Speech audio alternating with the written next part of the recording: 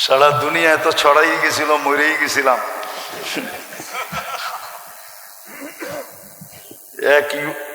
এক মিডিয়ালা আইসা বলতেছিল, হুজুর আমার ভিউজ হয়েছে একদিনে 25 মিলিয়ন, শুধু আপনার মরণের খবর।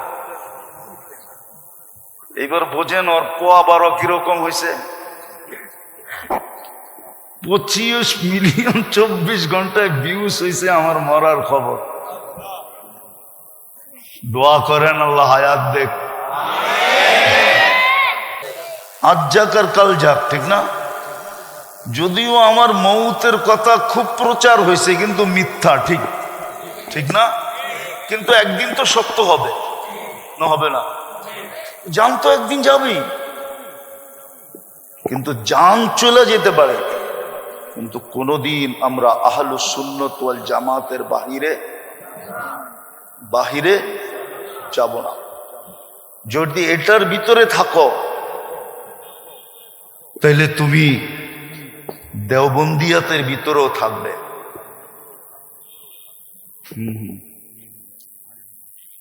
কথা বলতে মনে চায়, এই জন্য একটু বলতেছি, কষ্ট হোক আর যাই হোক। দেওবন্দকে ধরে রাখা মানি হলো এক হাদিসকে ধরে রাখা। কি হাদিসে হয়েছে, আলাইকুম বিসুন্নতি ওয়া সুন্নাতিল খুলাফাইর রাশিদিন আল মাহদিয়িন। আল্লাহর রাসূল বলে, আমার সুন্নত এবং খোলাফায়ে রাশিদিনের সুন্নতকে মজবুতির সাথে ধরে রাখো। আর আল্লাহ দারুল উলুম দেওবন্দ তৈরি করছেন এই 4 খোলাফার সন্তান দিয়া। কয়জনের খোলার সময় নেই, আমি নাম দিয়া মিলাই দিতে পারবো। এই 4 জনের সন্তান দিয়া আল্লাহ দারুল উলুম দেওবন্দ তৈরি করছেন। আবু বকর সিদ্দিক রাদিয়াল্লাহু তাআলা আনহুর সন্তান, ওমর রাদিয়াল্লাহু তাআলা আনহুর সন্তান, ওসমান রাদিয়াল্লাহু তাআলা আনহুর সন্তান, আর আলী রাদিয়াল্লাহু তাআলা আনহুর সন্তান। এই জন্য তো শিব্বির আহমদ ওসমানী, এই জন্য তো হোসাইন আহমদ মাদানী। বাকি 2টা শোনায়া দিলাম, বাকি 2টা পরে শোনায়া দিব মনে। এই 4 জনের সন্তান দিয়া আল্লাহ দারুল উলুম দেওবন্দকে তৈরি করছেন। যে আহলে সুন্নতুল জামাতকে আঁকড়ায় ধরে রাখবে, সে দেওবন্দকেও ধরে রাখবে। আর আহলে সুন্নতুল জামাতকে ধরবে না, সে দেওবন্দকেও ধরবে না। আচ্ছা, আরেকটা কথা মনে উঠল, অনেক সময় আমাদের সমাজে দেখা যায় যে ইমাম বুখারী রহমতুল্লাহ আলাইকে এত উপরে উঠায় যে অন্য অন্য ইমামদেরকে পায়ের নিচে নিয়ে যায়। কি মনে হয় বুঝাইতে পারলাম না? ইমাম বুখারীকে এত উপরে উঠায়, অন্য অন্য ইমামদেরকে পায়ের নিচে নিয়ে যায়। অথচ একটাই দেখাই, আবু হানিফা রহমতুল্লাহ আলাইহির জন্ম 80 হিজরিতে। কত? ওনার ইন্তেকাল 150 হিজরিতে। আর 150 হিজরি পর্যন্ত সাহাবাদের দৌড়, ঠিক আছে? আরো 44 বছর যোগ করেন, কত হবে?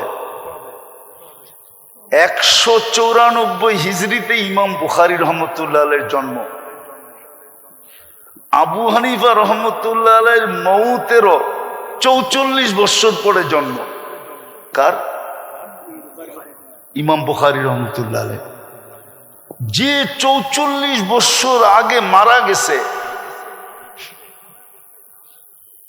ইমাম তিরমিজি রহমতুল্লাহ আলাইহির কথা মতো, যে আমার চেয়ে যে বয়সে একদিন বড়, সে আমার চেয়ে বেশি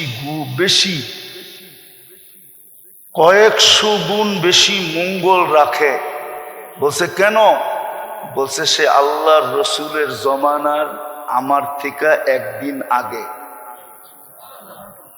অথচ আবু হানিফা রহমতুল্লাহ আলাইহি পুরা সাহাবাদের জামানা পাইছে।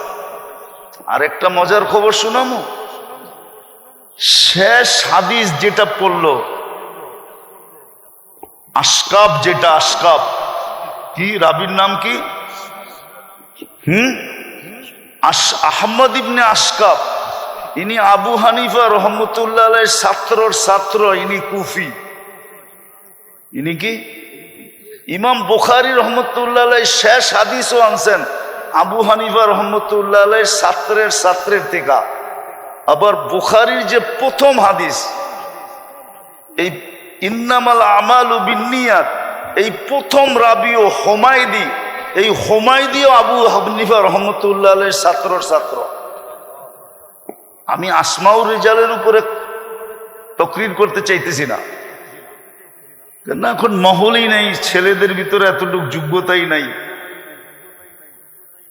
এই হুমায়দিও আবু হানিফা রহমতুল্লাহ আলাইহির ছাত্র, ছাত্রের ছাত্র। আবু হানিফা রহমতুল্লাহ আলাইহির দাদা ওস্তাদ।